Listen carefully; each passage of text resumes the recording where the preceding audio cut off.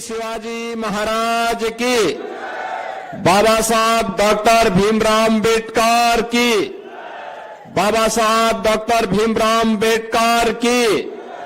वंदे वंदे नमः पार्वती पतिये हर हर। भारतीय जनता पार्टी के लोकप्रिय प्रदेश अध्यक्ष माननीय चंद्रशेखर बावनकुले जी, जिलाध्यक्ष नागपुर श्री जितेंद्र कोकड़े जी, प्रदेश उपाध्यक्ष श्री संजय बेड़े जी, मेयर नागपुर श्री दयाशंकर तिवारी जी, पूर्व विधायक श्री अशोक मानकर जी, नागपुर मध्य से भारतीय जनता पार्टी के प्रत्याशी श्री प्रवीण दड़के जी, नागपुर दक्षिण से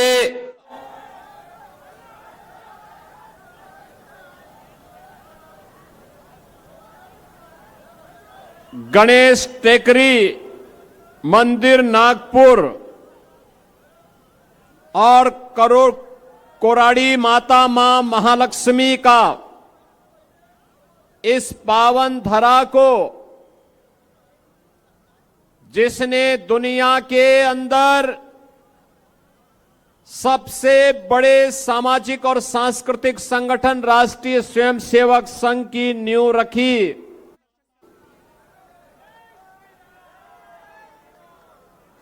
नागपुर की आप सभी जनता जनार्दन को मैं हृदय से अभिनंदन करता हूं, सादर अभिवादन करता हूं।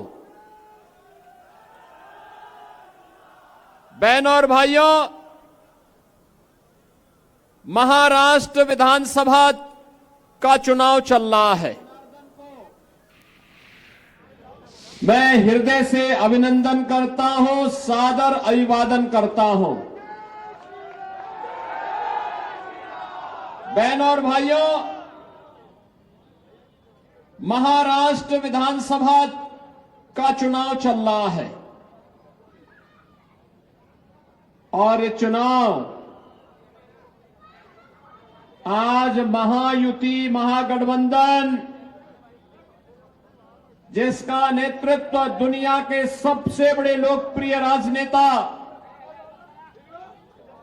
देश के यशस्वी प्रधानमंत्री श्री नरेंद्र मोदी जी कर रहे हैं, और दूसरी तरफ महाअगाड़ी के नाम पर एक महाअनाड़ी गठबंधन है। न कोई नेता है, न कोई नीति है, और न ही उनके द्वारा देश और समाज के लिए कोई स्पष्ट नैतिक मूल्य ही उनके पास रह गए हैं। बहनों और भाइयों, महायुति गठबंधन की डबल इंजन सरकार महाराष्ट्र के अंदर बने, यही महाराष्ट्र के हित में है और यही देश के हित में है। यही आह्वान करने के लिए आज मैं महान इस नागपुर नगर में आपके बीच यहां उपस्थित हुआ हूं। महाराष्ट्र ने देश को बहुत कुछ दिया, पूरा देश नागपुर के प्रति कृतज्ञता ज्ञापित करता है, महाराष्ट्र के प्रति आभार व्यक्त करता है। स्वराज्य हो, इसकी परिकल्पना कैसे होनी चाहिए, छत्रपति शिवाजी महाराज इसके उदाहरण हैं। एक राष्ट्र के रूप में परिकल्पना होनी चाहिए, ये महाराष्ट्र से पेशवा बाजी राव ने अटक से कटक तक पूरे भारत को दिया। गणनायक से लोकनायक कैसे बनते हैं, ये महाराष्ट्र की धरती से ही लोकमान्य बाल गंगाधर तिलक ने दिया। एक विधान और सब समान, यह भी नागपुर और महाराष्ट्र की धरती से बाबा साहब डॉक्टर भीमराव अंबेडकर ने दिया। ऐसी पावन धरा को कौन ऐसा भारतीय होगा जो कृतज्ञता के भाव से सम्मान न देता हो। और उसी कृतज्ञता के भाव के साथ हम सब महाराष्ट्र के अंदर इस चुनाव में आपका आह्वान करने के लिए आए हैं। बहनों और भाइयों, चुनाव में कांग्रेस अपनी पुरानी तोता रटंत बातों के साथ फिर से आई होगी। उनका महाअनाड़ी गठबंधन भी आपके पास गुमराह करने के लिए उन्हीं बातों को लेकर के आया है, जिनके कारण देश और समाज की पूर्ण क्षति हो चुकी है, बार बार हुई है। ये फिर से जाति के नाम पे बांटने के लिए आए हैं, ये आपस में लड़ाने के लिए आए हैं। महाराष्ट्र की धरती को लव जिहाद और लैंड जिहाद की धरती बनाने के लिए ये लोग फिर से आपके बीच षड्यंत्र करने के लिए आ गए हैं। और इसीलिए मैं तो देख करके भौचक हूं। पता नहीं मेरे किन बातों को लेकर के कांग्रेस के राष्ट्रीय अध्यक्ष श्री मल्लिकार्जुन खड़गे मुझ पर लाल पीले हुए जा रहे हैं। मल्लिकार्जुन खड़गे जी कांग्रेस के वरिष्ठ नेता हैं, राष्ट्रीय अध्यक्ष हैं, केंद्रीय मंत्री रह चुके हैं, वयोवृद्ध नेता हैं। हम उनका सम्मान करते हैं, लेकिन इस उम्र में उनको सच बोलने की आदत भी डालनी चाहिए। खड़गे जी, आप जिस बात को लेकर के मुझ पर लाल पीले हो रहे हैं, मुझ पे लाल पीला मत होइए। कम से कम मुझे धन्यवाद तो दे दीजिए कि मैंने एक सच्चाई सबके सामने रखी है। खड़गे जी का जो गांव रहा है वह बारावती गांव, ये हैदराबाद रियासत, हैदराबाद निजाम के रियासत का हिस्सा था। जब भारत स्वतंत्र हो रहा था तब हैदराबाद के निजाम के रजाकारों ने खड़गे जी के गांव को भी, वहां पे लाखों हिंदुओं का कत्लेआम हैदराबाद निजाम के रजाकारों के द्वारा किया गया था। बाबा साहब भीमराव अंबेडकर ने तब पत्र लिखा था वहां के हिंदुओं के लिए, वहां के दलितों के लिए, कि जिन लोगों पे अत्याचार हो रहा है वे लोग वहां से छोड़ करके सुरक्षित महाराष्ट्र की तरफ आ जाएं।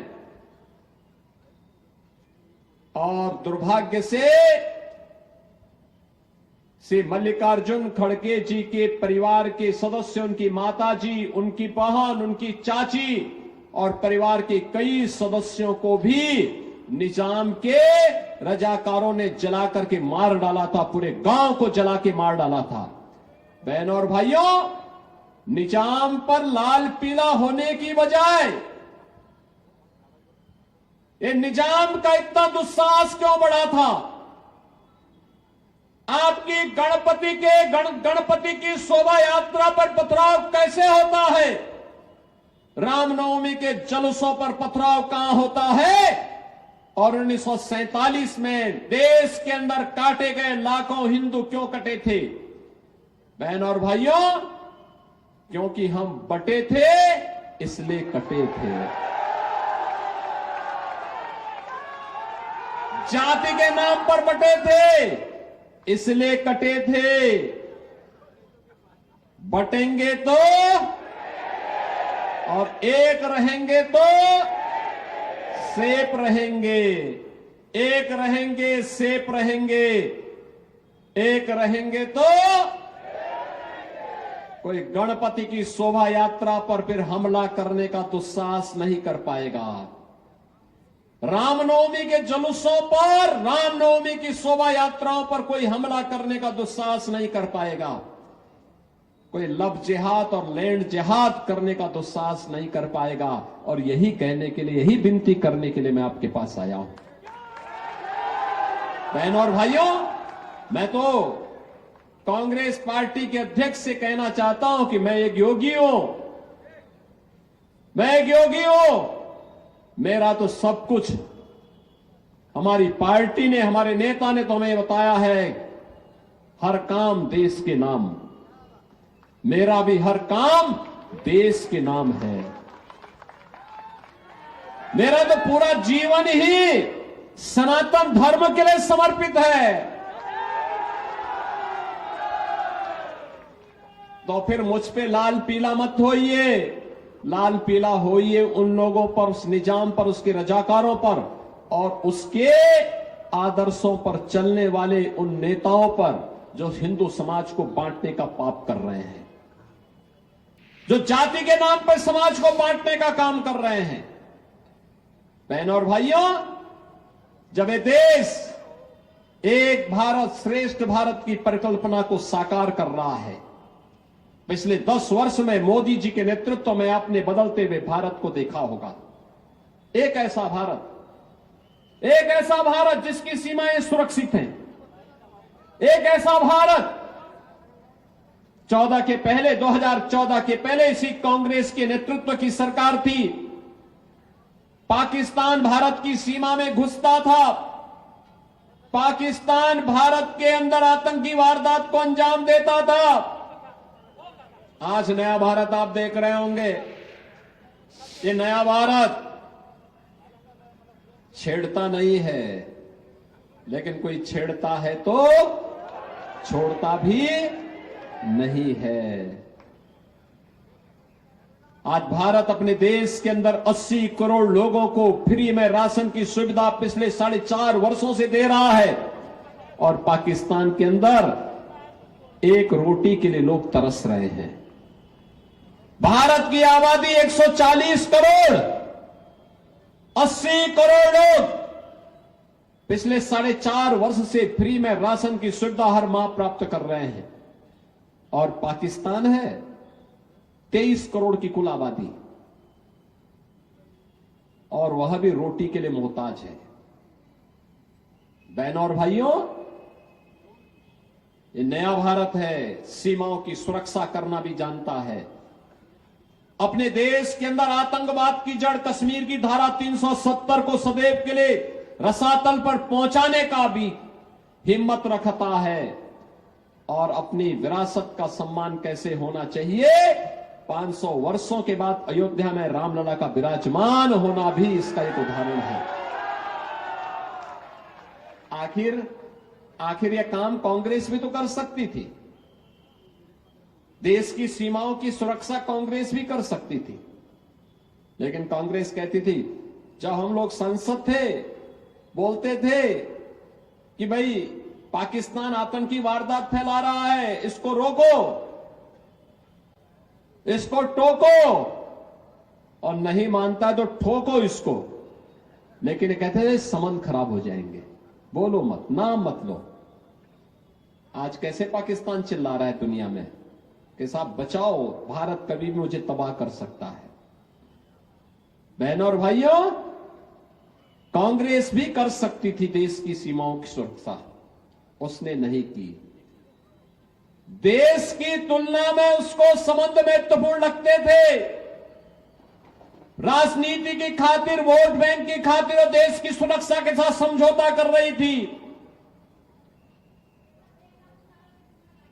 कश्मीर में धारा 370 समाप्त नहीं करना चाहती थी, क्योंकि धारा 370 तो उन्होंने इस देश के अंदर बाबा साहब भीमराव अंबेडकर की भावनाओं के विरुद्ध डाली थी। इसलिए हटाने की भी हिम्मत नहीं कर पा रहे थे, क्योंकि वोट बैंक की चिंता थी। बहनों और भाइयों, कांग्रेस भी अयोध्या में राम मंदिर का निर्माण कर सकती थी, अवसर मिले थे, नहीं किया। वो तो कहती थी कि राम हुए ही नहीं, कृष्ण हुए ही नहीं, जैसे कि भारत का निर्माण इन कांग्रेसियों ने किया हो, डिस्कवरी ऑफ इंडिया से ही ये भारत बना हो। इनको नहीं मालूम कि भारत एक सनातन राष्ट्र है, सृष्टि के प्रारंभ से ही भारत का अस्तित्व है और राम और कृष्ण हमारे आराध्य देव हैं। और इसीलिए बहनों और भाइयों, मैं आपसे कहने के लिए आया हूं, कांग्रेस न विकास कर सकती है, कांग्रेस न सुरक्षा दे सकती है, कांग्रेस न विरासत का सम्मान कर सकती है, और कांग्रेस बेटी और बहन की सुरक्षा भी नहीं कर सकती। ये भी खतरे में है। लव जिहाद के नाम पर, लैंड जिहाद के नाम पर कोई सख्त कानून बने, यह कांग्रेस नहीं कर सकती, क्योंकि उसे वोट बैंक पहले दिखाई देगा। और इसलिए बहनों और भाइयों, मैं बार बार कहता हूं, ये महाअघाड़ी नहीं, महाअनाड़ी गठबंधन है। इनके लिए राजनीतिक स्वार्थ पहले है, देश नहीं। देश इनके एजेंडे का हिस्सा नहीं, समाज की सुरक्षा इनके एजेंडे का हिस्सा नहीं, देश की सुरक्षा इनके एजेंडे का हिस्सा नहीं।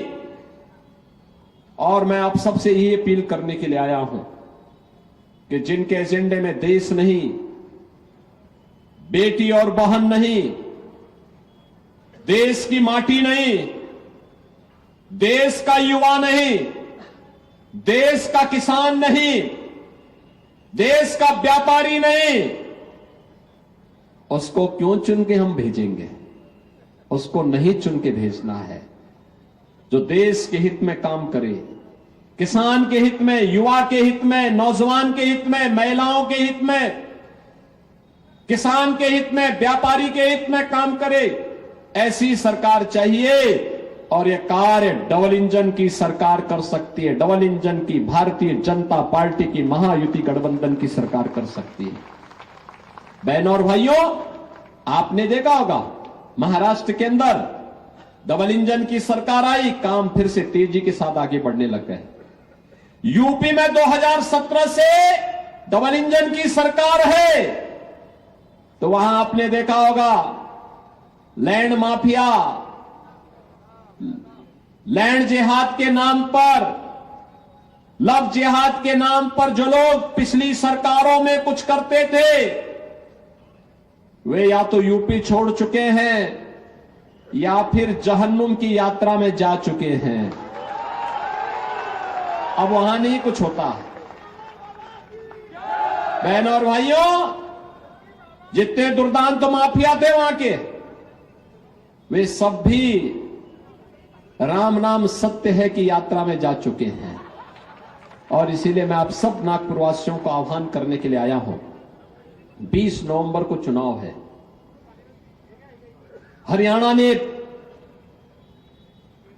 हैट्रिक लगा करके साबित कर दिया है कि देश को भाजपा ही आगे बढ़ा सकती है और विकसित भारत की परिकल्पना को केवल भाजपा साकार कर सकती है। महाराष्ट्र और झारखंड के अंदर भी चुनाव है। झारखंड के अंदर कल पहले चरण का चुनाव होना है और 20 नवंबर को दूसरे चरण का, अंतिम चरण का चुनाव होना है। मैं महाराष्ट्र वासियों से कहूंगा, झारखंड तय कर चुका है कि डबल इंजन सरकार ही बेटी, रोटी और माटी की रक्षा झारखंड के अंदर कर पाएगी और केवल भाजपा कर पाएगी। और यही आह्वान महाराष्ट्र से मैं करूंगा कि भारतीय जनता पार्टी ने अपने योग्य प्रत्याशी आपके बीच में दिए हैं। हमारे प्रदेश अध्यक्ष चंद्रशेखर बावनकुले जी भी इसी नागपुर से चुनाव लड़ रहे हैं, लेकिन महाराष्ट्र के अंदर घूम रहे हैं, अभी अपने विधानसभा क्षेत्र में नहीं गए।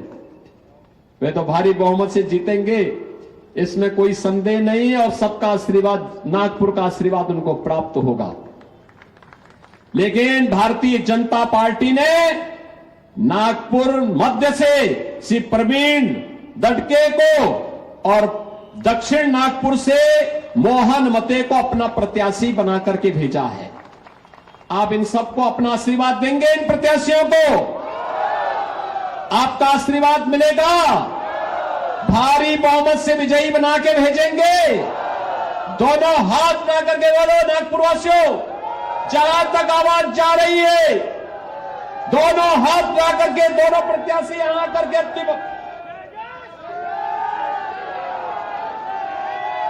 आशीर्वाद देंगे ना इनको। सभी लोग सहमत हैं? घर घर जाकर के एक एक व्यक्ति से अपील करेंगे और अपील भी इस बात को लेकर देश के अंदर नागपुर ने इंफ्रास्ट्रक्चर का एक मॉडल दिया है। सरदेव गडकरी जी के नेतृत्व में और भारतीय जनता पार्टी के नेता देवेंद्र फडणवीस के नेतृत्व में और चंद्रशेखर बावनकुले जी के नेतृत्व में भारतीय जनता पार्टी महायुति का पूरा गठबंधन महाराष्ट्र के अंदर भी चुनाव लड़ रहा है। इसलिए नागपुर में इतने भारी बहुमत से भारतीय जनता पार्टी के प्रत्याशी विजयी होने चाहिए कि महाअघाड़ी गठबंधन के सभी प्रत्याशियों की जमानतें जब्त हो जाए। सहमत हैं? सभी लोग सहमत हैं?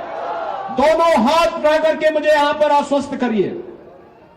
जहां तक आवाज जा रही है दोनों हाथ उठा करके बोलेंगे भारत माता की, भारत माता की, भारत माता की जय श्री राम, जय जय श्री राम।